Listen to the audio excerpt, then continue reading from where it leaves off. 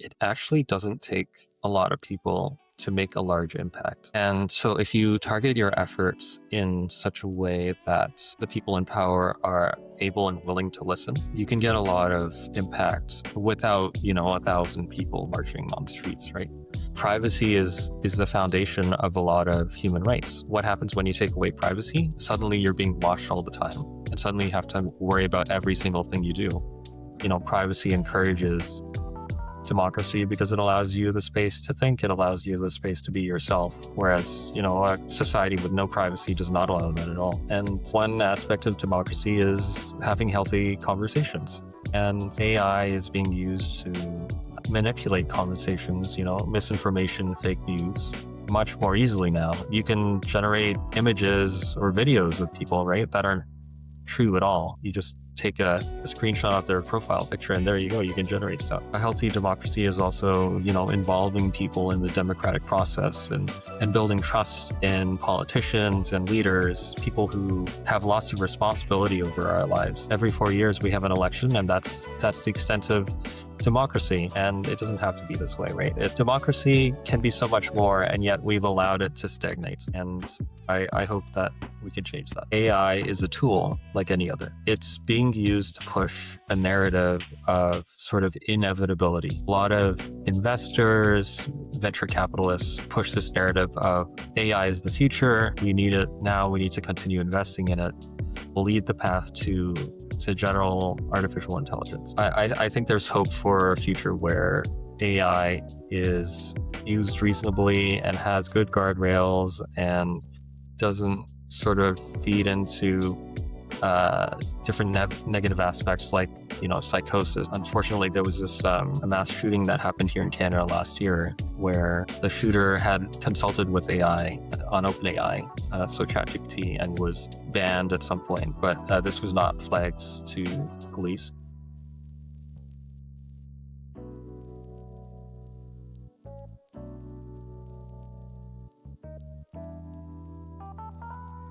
Hello and welcome back to Is This the New Internet? Today I'm joined with an incredible guest, Khasir Hean. Khasir is a machine learning expert who quit the startup life and is now a major participant in Civic Tech Toronto, a group that I really admire. You're going to hear a lot about Civic Tech in this chat, but Khasir is over here because he stewards Technologists for Democracy. This is a group that I'm volunteering with, and it's a group that does a lot of really exciting things in the tech space, in the overlap between tech, culture, human rights, and I think it's a perfect fit for this podcast. So without any further ado, please welcome Khasir Hean. So I'm Khasir. I'm a software developer. I am a machine learning engineer by trade, but I've sort of transitioned into general software development. And in my spare time, I run an organization called Technologists for Democracy. And our mission is to keep tech accountable, to make sure that whenever tech is used and deployed, whether by corporations or by government agencies, that it represents the public's best interests. So could you tell me a little bit about, how you got into doing this? Because machine learning seems a little bit different to, or is it actually different to what we're doing right now? Machine learning is very different. It's very technical, and it tends towards the more scientific side of computer science as opposed to the practical side, although there are definitely practical applications. But what you learn in machine learning is definitely not about running an organization, organizing people, getting people on board, sending out emails. Last year, I was taking a break because I quit my job after being burned out. I was working at a startup. It was not a very nice place, unfortunately. And so I took a break.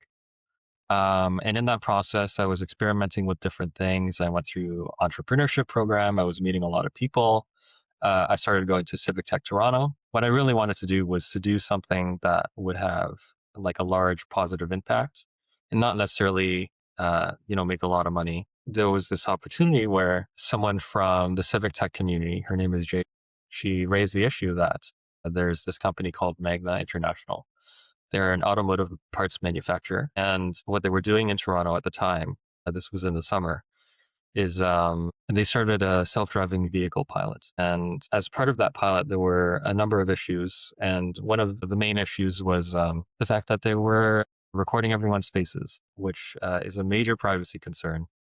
And it was very interesting that they were blurring license plates. And so it was very telling that, for one, they had the technology to protect the privacy of individuals, but for whatever reason, they decided that faces are not personal information. License plates are personal information.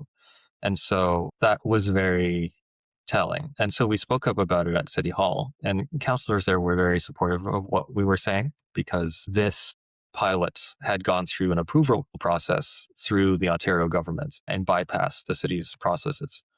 And so, for one, the councillors were not excited about that. And then the privacy angle came through, and also the labor issues as well, where ultimately the goal of these companies is to replace all the delivery drivers.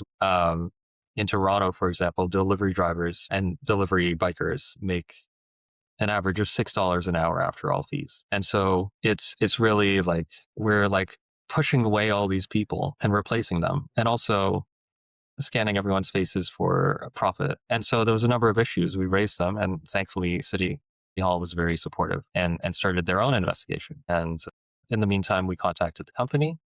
We reached out with our concerns.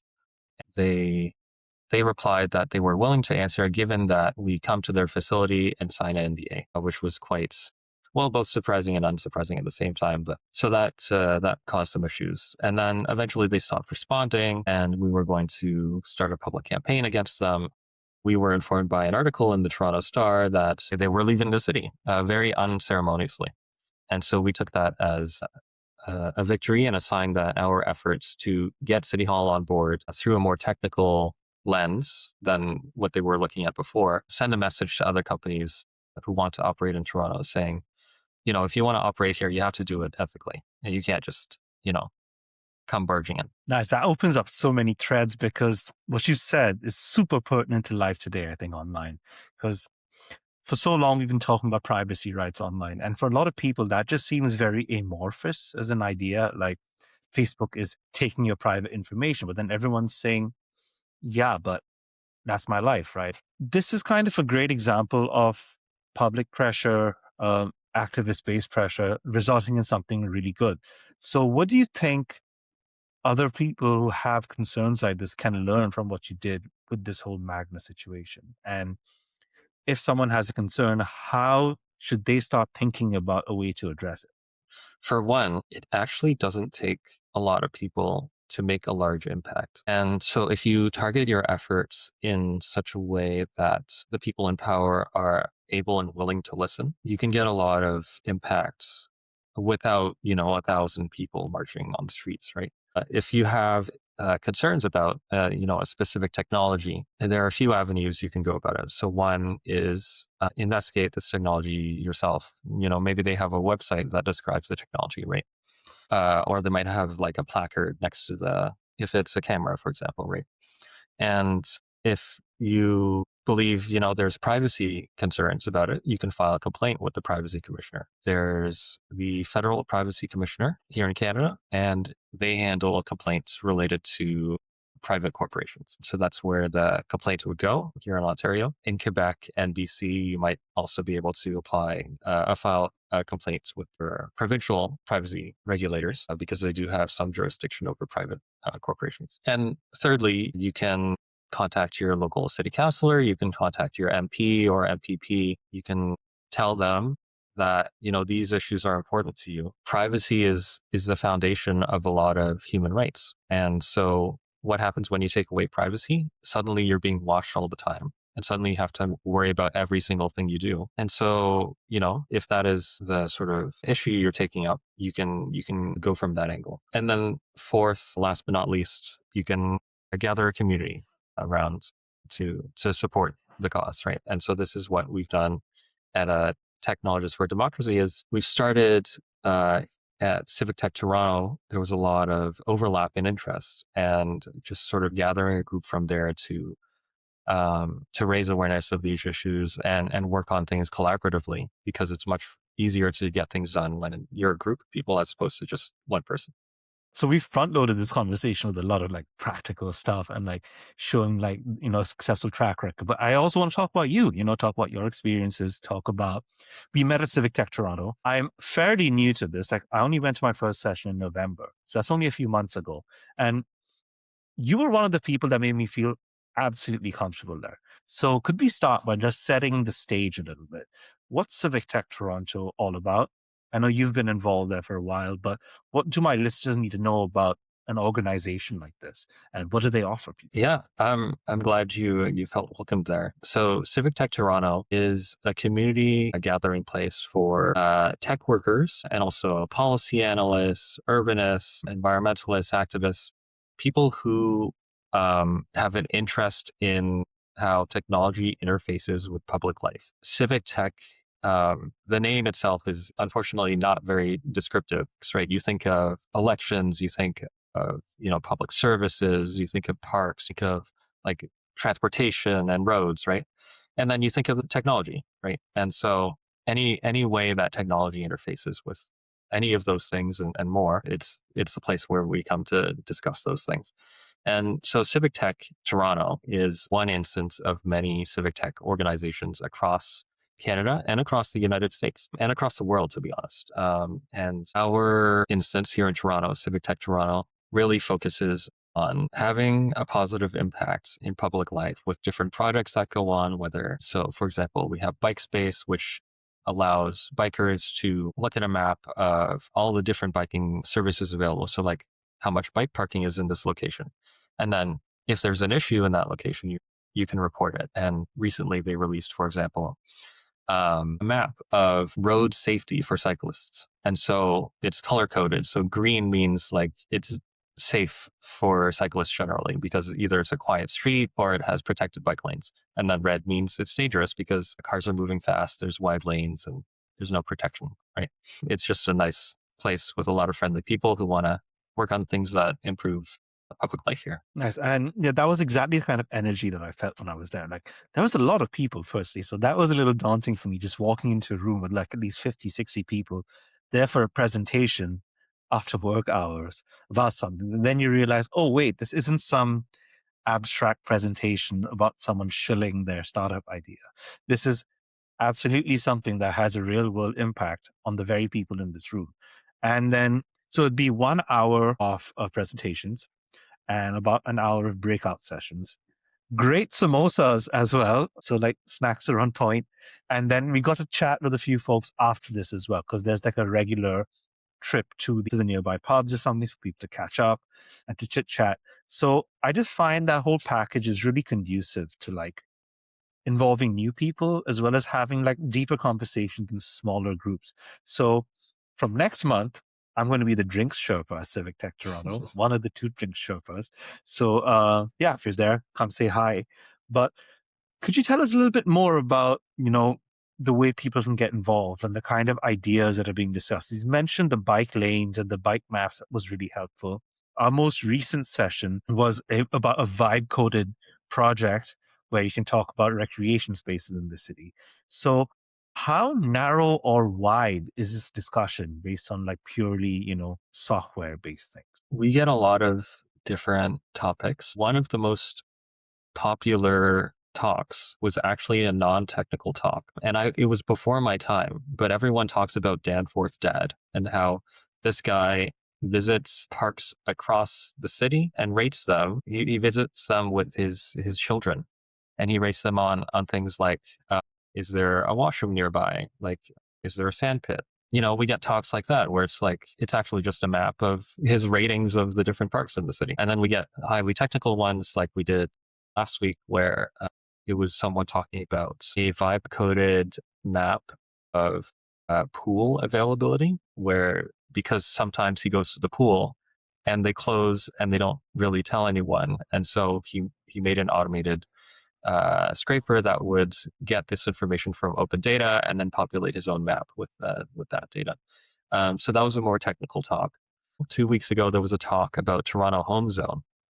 And that is basically like it's a Facebook group where people can post about homes and rooms they have for rent and looking for a roommate and that kind of thing. And in addition to that, they have their own website, which keeps track of different metrics that they're manually getting from these pages, like what's the average rent for someone who wants a roommate, right? It's sort of a mix of housing and sort of the technical aspect as well. And one thing I want to bring up is actually where we're looking at ways to bring more inclusivity to Civic Tech Toronto, which includes inviting more women to speak about different topics. And that's something we noticed, is that we're lacking diversity of speakers. And so that's something to keep an eye out for. Especially if you're new to the city or you are working in tech, I think there's just a lot of ways in which you can apply the skills that you have and just meet people who are pulling in the same direction as you. Because I work in the public goods funding part of crypto and Web3. It isn't exactly a space known for its civic involvement, shall we say. So over here at Civic Tech, I find like it's a change of pace.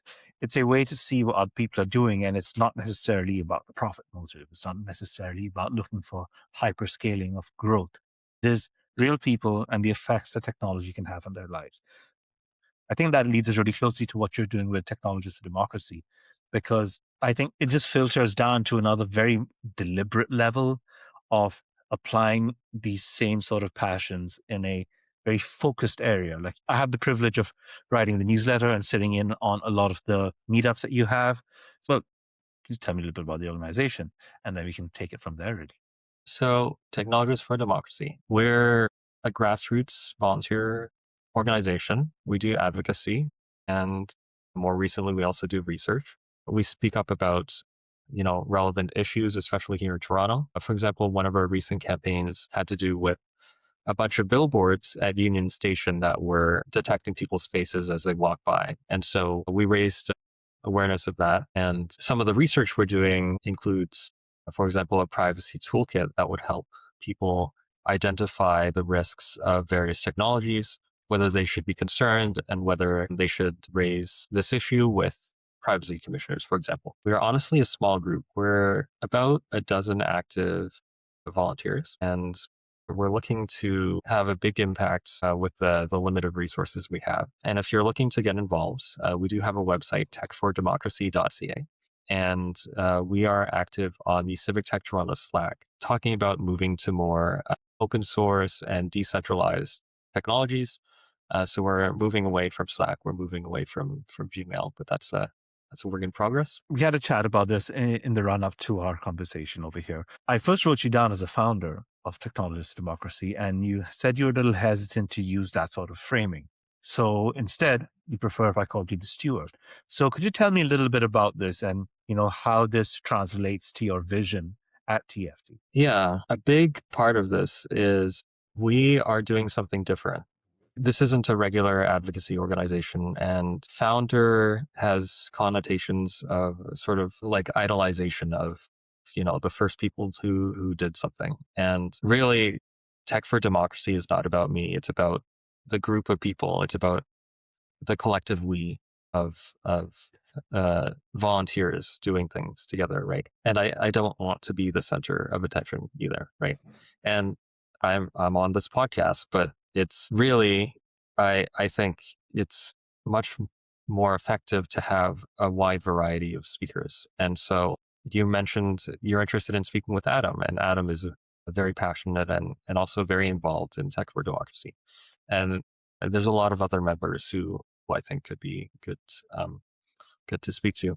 And someone told me something that stuck with me. And really, a good leader is one who makes it about the team and leads by example, but doesn't take all the credit. And the best outcome is, in 5 years' time, when hopefully where we have a wider reach and we've had more successful campaigns, the team is able to say, we did it, as opposed to one person at the top saying, I did it, and really I'm a vessel for people to put their dreams and aspirations and goals into, and I channel it into Tech for Democracy. We've spoken about, the Magna campaign, and I'm sure you had a huge part to play in that. But it's really nice in all the meetups that we hear Adam's he's going off and meeting different council people. You provide updates. Everyone kind of picks a field of interest within the organization's, activities. Like you mentioned, the AI consultation and handbook as well. So we're going to get to that in a lot more detail. It seems that there's a lot of people working on a lot of things. So how do you ensure that your bandwidth is, focused on still delivering the outcomes? Because the Magna campaign success, I think, is extremely notable. So how do you make sure that, you're not spreading yourselves too thin in pursuit of enacting change? Yeah, so that's a tough one. There is so much to do out there. There's so much we can do, but it's a matter of realizing that we're only so many people. We only have so many resources. So we need to focus our efforts to make sure that when we do something, it is effective and not sort of spread out at haphazard. That's something I've been realizing for myself as well. One of my resolutions this year is to say no to more things. I haven't been successful yet, but I am trying to be cognizant of spreading myself too thin. And for myself, like I don't tell people what to do. I sort of say, hey, maybe that's a good idea, maybe that's not a good idea. But then it's ultimately up to whoever's involved, volunteers, members, to take action on those things. And I'm not the manager of Tech for Democracy. I'm just sort of making sure that everything is running smoothly. And so when people need things, I try to get it for them. I'm not a traditional manager in any sense. And we had a few, monthly volunteer meetings in addition to the breakout meetings. And it's a very open way of communicating. It's an open notes that anyone can come look at and anyone can participate in. So could you talk to me about the philosophy behind this openness within the organization? Because I think a lot of my listeners could actually benefit from this, because so many people want to do things, but, empowering the team to continue to do it for themselves and carry on that momentum, I think it's a skill that I think you've successfully done. So I think sharing your methodology would be really helpful for people. One of our core principles at Tech for Democracy is radical openness. And what that means in practice is our Google Drive is open to the public. If you find us on the Slack, anyone can click on the Google Drive and they can see all the docs in there. And then the docs that they're not allowed to see, there's a list of them and you can see exactly why you're not allowed to see them. Usually it's because of privacy, because of a mailing list, for example. Right? What's also important is to get buy-in for these kinds of things. You can't just sort of say, hey, we're going to be open now. And there's going to be a lot of pushback, right? You need to consult with, everyone who's involved. And that's what we did when we were in the process of writing and ratifying our operating manifesto. I raised that I believe we should be an open organization. And then people raise valid concerns, which is, if we're doing campaigns and advocacy, there can be times where we need to keep things confidential. And so it's a different model than the top-down C-level directives of like, hey, we need to use more AI. I think it is easier than most people give credit for. It's challenging in that it's a different way of doing things. You might not be used to it, but I believe there's a lot of value in having an open organization. And, it's inspired by Civic Tech Toronto, which also itself is an open organization where anyone can read any of the emails that are coming in. And so that's something that we've also implemented at Tech for Democracy. I think it's important to have an open organization. It fosters trust. It fosters a sense of community and, trusting first as opposed to suspecting people first. It changes the way you think. I think like good democracy means open government, open source. And so if we believe in those things, we should also be doing the same. That's super solid, because I like how it's walking the walk, right? It's like you want to do something, so you just got to make sure that you're using all these tools that speak to your values. And one of these new tools that have been added to the stack is a presence on the Fediverse, on Mastodon. So this is, for those who don't know, this is a social network that is like Twitter, but no single entity owns it. So could you tell us a little bit about this decentralized Fediverse and how you think this reflects the values of TFD and especially the community building that you want to do going forward? Yeah. So that goes into one of the other principles we have at Tech for Democracy, which is decentralization, both in terms of technology, which is where usually it's talked about, where you have decentralized instances. So Mastodon you talked about, right?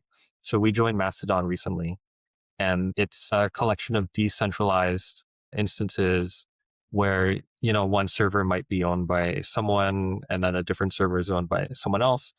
And it's sort of like a multitude of different places you can speak to, different communities, and no one person owns it, as you said. The other aspect of decentralization is the organizational decentralization, where I try not to be a central figure. I sort of am in some senses in that I'm running it and I'm making sure that people have what they need.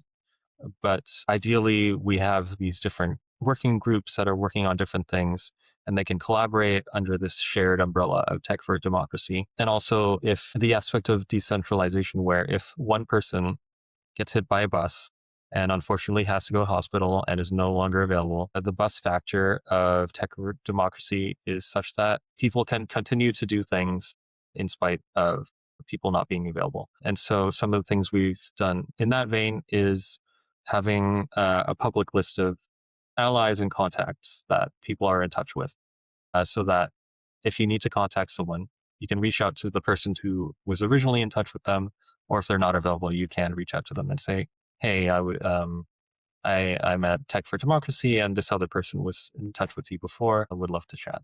Decentralization, I think, is also, it's very important, especially in a democratic sort of institution where you don't want one person having all the power and taking advantage of that. You're speaking the language of this podcast. Like a lot of the community over here, they are decentralization maxis. So this will be music to their ears. Now that we've kind of set the groundwork a little bit, you mentioned an ongoing campaign that you have, which is with the facial recognition billboards. I think that's a really interesting problem, firstly, because of where these billboards are, which is in one of the most busy transit points that Toronto has to offer, but also with seems like the impunity with which they're operating. So could you tell us a little bit about this? I know you mentioned it earlier, but could you tell us, the spark notes of what this campaign is? What are the goals you're trying to achieve with this? There's a company called Cineplex Digital Media, and they operate a number of digital billboards. And so, they're able to change the screen every so often. And they've attached cameras to them that do facial detection. Ostensibly, the reason for that is they want to track audience statistics to see how many, men, women, and non-binary people are walking by and estimate their ages. It's sort of the, web tracking, but in real life kind of thing going on. So we were made aware of this through a Reddit post. Someone posted on Reddit that this was happening, and there was a news cycle about it. And so we wrote an open letter and got a number of organizations to sign, including Open Media, to reach out to Cineplex Digital Media with a number of concerns we have around the privacy, around the data governance. Where is this data being stored and how long are they storing it for? Really, it was a way to raise public awareness. We didn't expect them to answer any questions. They still have not answered any of the questions. The goal is to get people talking about this and this is not okay, right? Recently, there was a Super Bowl ad where Ring and Flock, so Ring is the doorbell camera company by Amazon, and then Flock is a surveillance company. They were advertising their partnership, right? Where it was sort of tracking people. And it was a Super Bowl ad. And people were outraged. It's like, why is this happening? And so Ring has stopped with their partnership with Flock. We're doing that not on the same scale as the Super Bowl. They sort of did it to themselves, to be honest. But our ultimate goal is we don't want these sort of biometric tracking companies to be sort of flaunting and just sort of doing this, right? Quebec has stricter privacy laws where if you want to track any biometric information, like faces, you have to register with their privacy commissioner.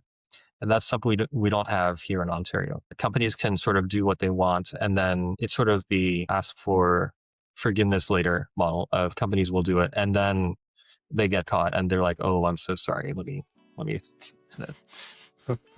turn that down. So yeah, ultimately our goal is like stronger privacy regulation. So just a quick interruption in your episode. If you're listening on YouTube, I'd love it if you give me a thumbs up and make sure you're subscribed. Same thing with any other podcast platforms that you might be listening on. A subscription and a rating would go a really long way. We're hosted on Spotify, so make sure you're recommending us to your friends as well.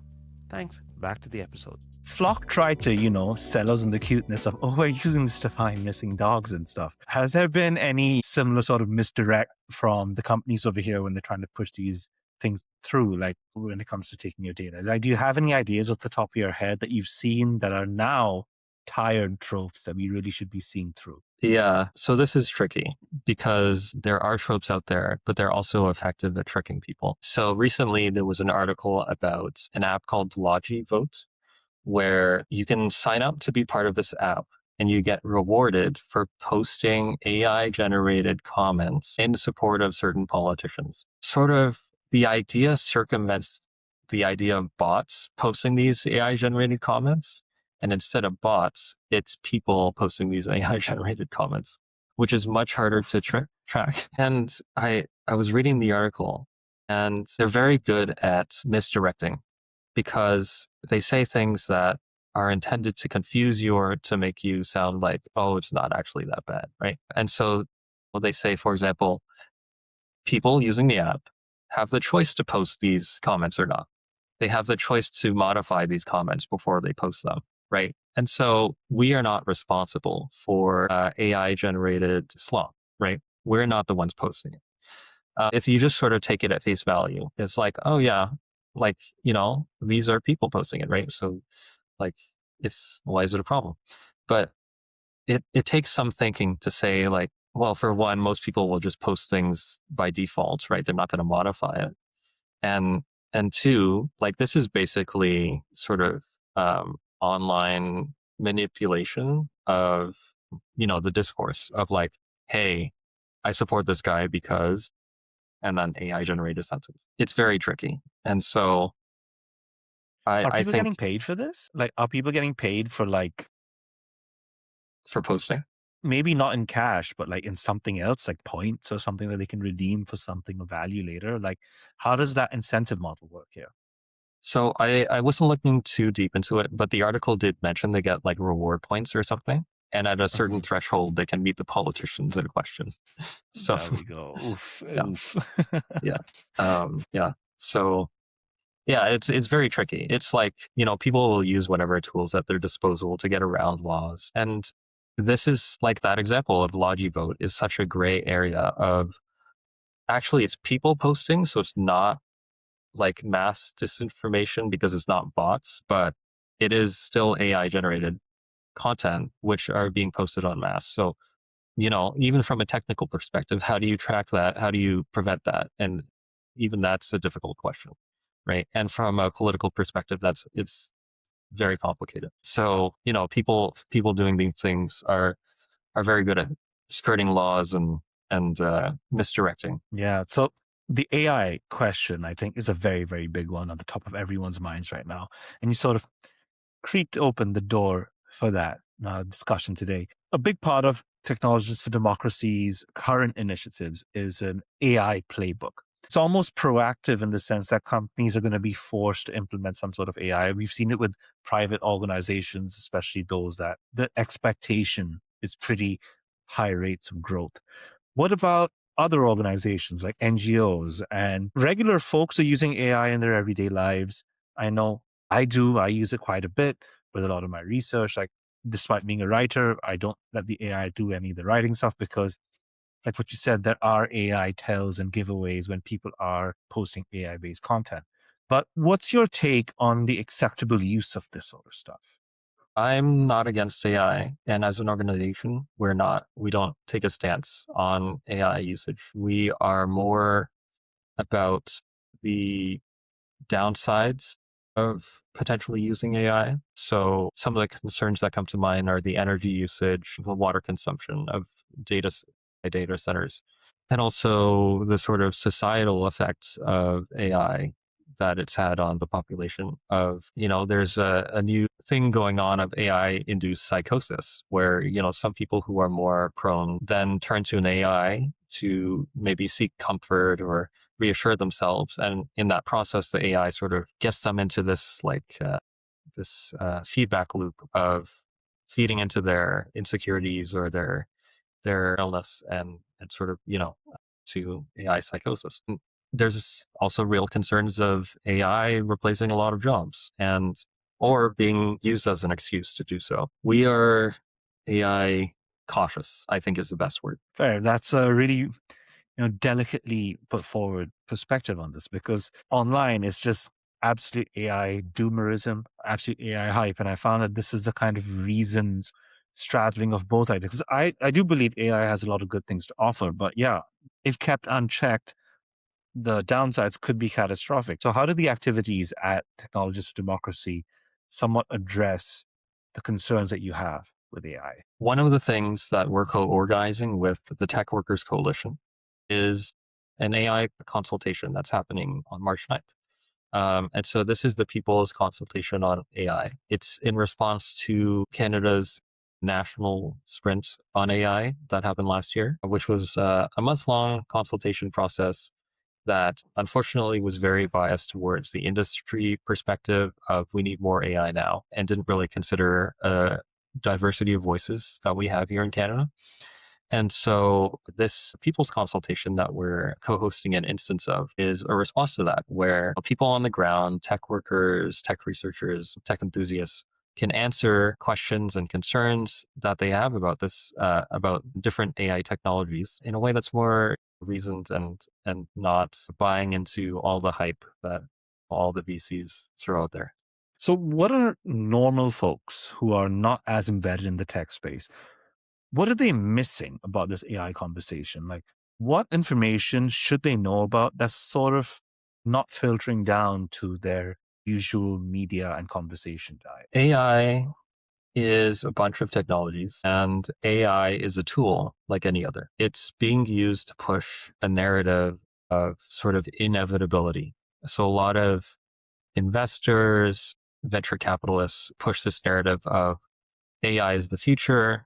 We need it now. We need to continue investing in it. It'll lead the path to general artificial intelligence, right? I guess what the average person should know about AI is, people working on these technologies are just as concerned about as you are about, the potential downsides. And so there's AI researchers out there. I myself am a machine learning engineer. I've worked on training AI models at a previous startup that I was working at. I think there's hope for a future where AI is used reasonably and has good guardrails and doesn't sort of feed into negative aspects like psychosis. Like, unfortunately, there was this mass shooting that happened here in Canada last year where the shooter had consulted with AI on OpenAI, so ChatGPT, and was banned at some point. But this was not flagged to police. So implementing better guardrails that also protects the privacy of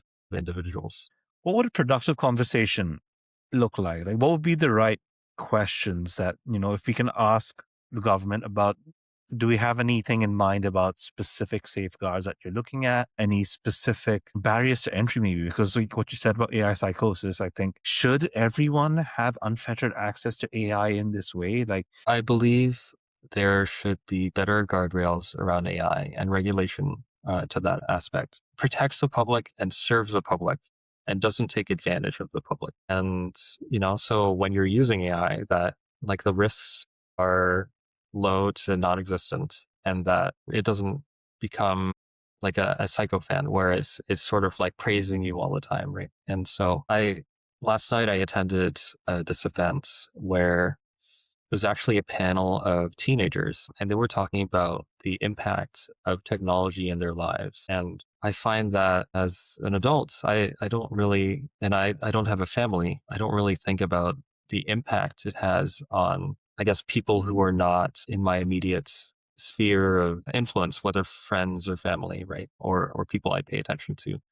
And they brought up interesting issues of students their own age, like addicted to their phones, and it's like, 9-hour screen time usage, just sort of like sitting, not paying attention in class and just sort of like looking at your phone the whole time. And how like TikTok is like bringing some guys into the manosphere and like talking about, being black pilled, and some people who are sort of like sucked into that rabbit hole.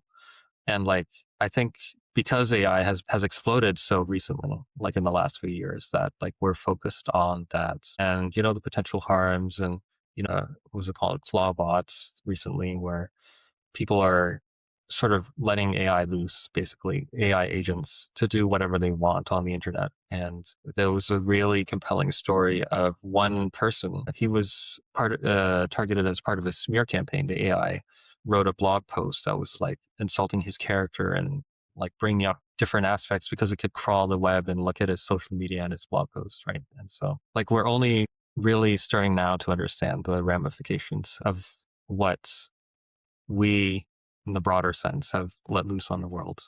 I think the cat's out of the bag. I think we need to move consistently and steadily and fix things instead of moving fast and breaking things. I'm completely on board with that. I recently saw a documentary about how in Denmark, one of the first places in the world that shifted to that computer-based learning, they are now going back to textbooks in a very intentional sort of way.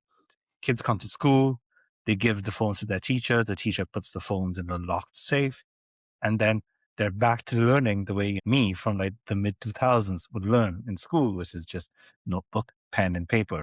Like turning back the clock, I know is an unreasonable ask, but do you think that there's value to us actually trying the stuff out again? Yeah. I think there is a value in going back, not turning the clock back, but in terms of asking, do we need technology all the time?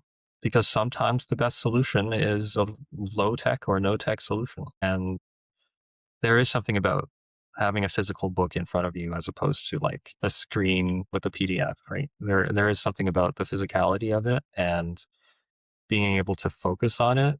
Whereas, with the screen, there's so many distractions that can go on. I would like for Tech for Democracy to, start tackling these issues. Again, we're like a very small, lean organization, so we don't have the resources right now. But like democracy is such a wide concept, and like we barely touched on it. Privacy is just one aspect of democracy, right?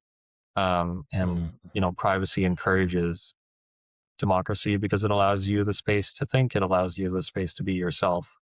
Whereas, a society with no privacy does not allow that at all. One aspect of democracy is having healthy conversations.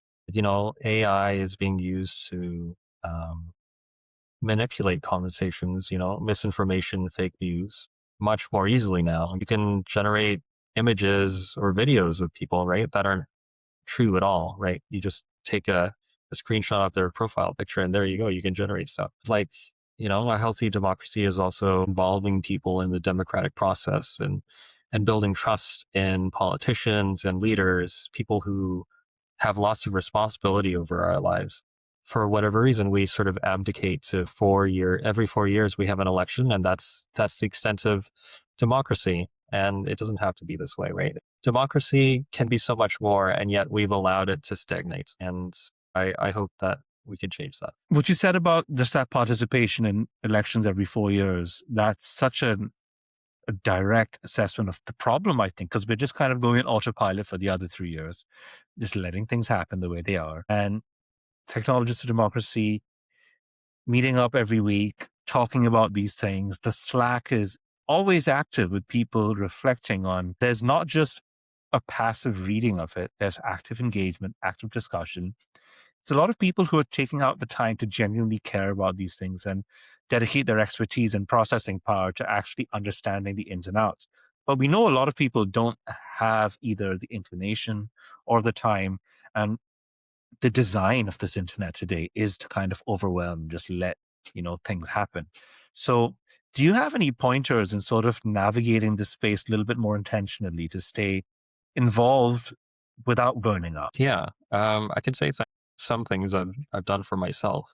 I have like an app blocker on my phone that'll prevent me from like opening social media where if I tap on the social media icon like Instagram, right, it'll, instead of Instagram popping up, it'll pop up this blocker saying, and it'll say, take a deep breath and then go, I don't know if you know the one I'm talking about. After a few seconds, it's like, are you sure you want to open this app? So it brings like intentionality into it. Whereas, before you might have just tapped it because you're sort of like mindlessly scrolling, right? But it's like, I tapped it by sort of instinct instead of actually meaning to. I heard a quote recently that self-respect is choosing pain. It's about taking control of your own happiness in life instead of letting it happen to you. It's hard because, a lot of technology is designed to maximize comfort, to maximize convenience, right? It's, there's a word where it's like choosing to do the harder thing. It's like choosing to go to the grocery store instead of ordering on Uber Eats, right? It's choosing friction maxing. That's the word. Right. Nice. Yeah. So, because our world today, it's so convenient. Like this, you can do so much just sitting around on your couch, right? And I think, unfortunately, it also has led to a culture of convenience where you don't want to do the hard thing. You don't want to stand up for what's right and choosing the harder thing. Yeah. Like opening the fridge and seeing ingredients versus seeing food, right? What you mentioned about friction, I think, is a really good point because everything is optimized for as little friction as possible. Like the onboarding flows as well. And a lot of these apps, like for my podcast and newsletter, I created a new Meta account because I have my old account. I just wanted to see a new one with a new Canadian payment method. So it required that initial step. And I just saw was like most of it was AI slop and like political content. Like this is not me choosing with my own viewing habits to consume this sort of stuff, right? It is just being pushed on me directly. And it's like not consuming that and actually unfollowing or blocking this, that becomes a conscious effort. So it's almost like the deck is stacked against you and is not just intentional. It's like you need to focus and push yourself towards this. If you're going to approach doing something like this, like falling back into habit, do you have any way to like recalibrate any like simple tricks and steps and like things that you've made a habit that we can share with my audience? Yeah. I think it goes back to that quote of self-respect is choosing pain. It's choosing friction. It's making yourself do the effort instead of giving in to whatever is easiest. I find that community helps a lot. Like finding a community, finding somewhere you belong, where you're not just alone and like trying to do things and alone with your thoughts and sort of, it's much harder, and so if you're able to, maybe just go out and find your people. Yeah. Your people, definitely. And also interest away from your screens, right? I found that like going to gigs, getting involved in music, just going for a walk and enjoying Toronto's incredible public spaces. Even when the weather's bad, like the path, despite it not being a true third space, is a space that's not my home, right? Yeah. So it just makes it a lot easier to just go out and explore. And I think this notion of public spaces, what kind of digital public spaces do you think can provide a bit of a refuge from what we see online with this barrage of like sponsored content on one side, AI slop on another side, narcissistic showing off your life content on the other side? Like, are there any refuges online that we can sort of look for to get a break from all this? So there's the messaging apps, which usually aren't trying to sell you something. There's Discord communities and that kind of thing. Although Discord is trying to sell you Nitro and that kind of thing. But I do find it enables communities which can operate as digital third spaces. There's this movement of the slow internet where people are sort of trying to build their own websites in the style of like GeoCities and just sort of, building communities that way. I find that the Civic Tech Toronto Slack operates a lot like a third space. It's, just a lot of people getting to know each other and sending like, cool links or whatever. And also like a connection space where I can talk to people sort of in DMs and build connections that way. In terms of, I guess, like alternatives to social media, Mastodon, I think is good. Blue Sky is better than Twitter, but I think they are trying to go the route of sort of, algorithmic optimization. I think there are some out there. I'm just not a part of. I don't use social media too much, so I can't speak to that. But, yeah. To continue in the vein of these alternatives, the US has not been making too many friends over the last year and a bit. So I've seen loads of European companies looking at making their own homegrown sort of tech stacks, pushing like European made. Like France has been doing a lot of stuff when it comes to like private email. Do you think Canada should be contributing to this movement in some way? Where does Canada fit in this whole discussion? Have you seen anything that you think would be worth bringing attention to?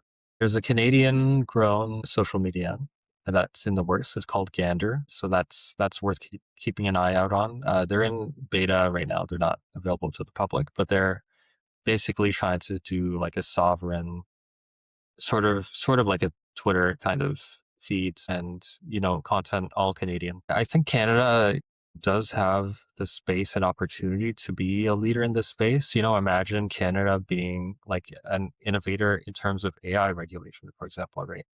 That would be something to be proud of, but I don't think the current government is headed in that direction. I think that's a missed opportunity. Imagine a publicly owned cloud service as an alternative to like AWS or GCP.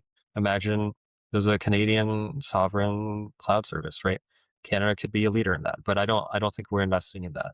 I recently learned about the public telecom servers in Saskatchewan and how that's the only place where, the trifecta of Bell, Rogers, and TELUS have dropped their prices to compete with a local government-run service.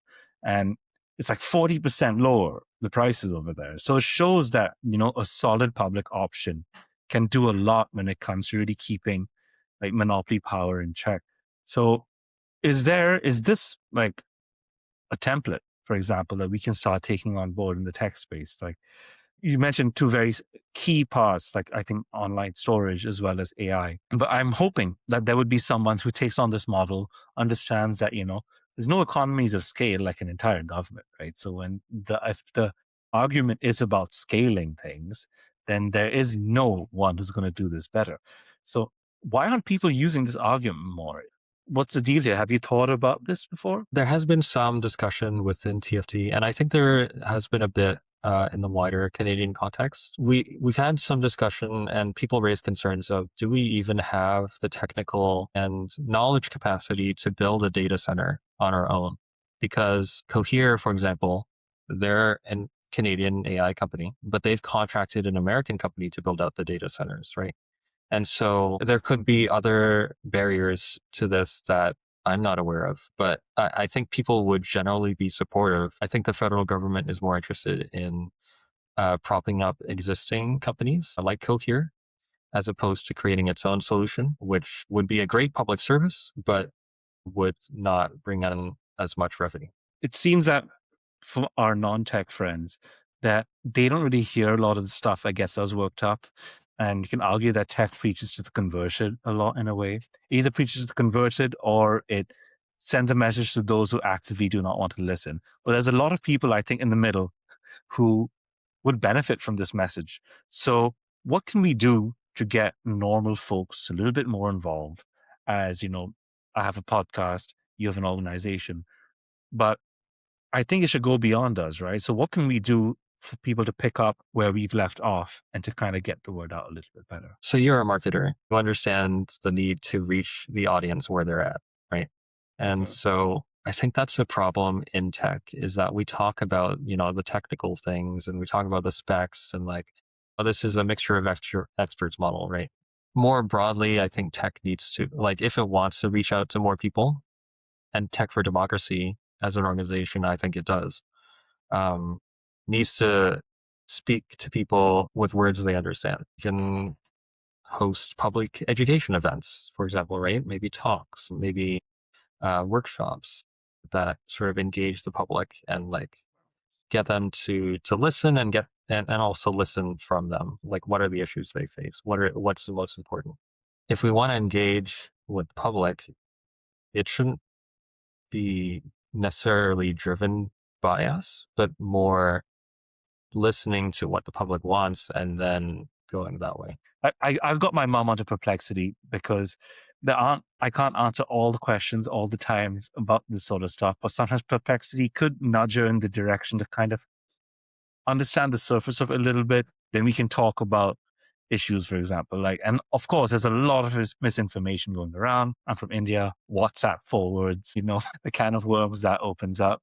So it's like they sort of combated it by only letting you forward something to 5 people at a time, but still, it's Okay, I never by a thought of 1,000 that. cuts. So I can see tech companies trying to do stuff, but I also think it's very much self-serving that, oh yeah, we don't want to be seen as the cause of this massive misinformation stuff. What can people do from the comfort of their homes that you think can move the needle a little? Self-education, I think, is one thing. Sort of learning about these things, these issues, and sort of like taking an interest in what's happening in your city, learning about the public services that are available. There's so many, parks and rec centers, and learning about why is transit bad in Toronto? Why are the streetcars so bad, right? And not just sort of immediately blaming the TTC.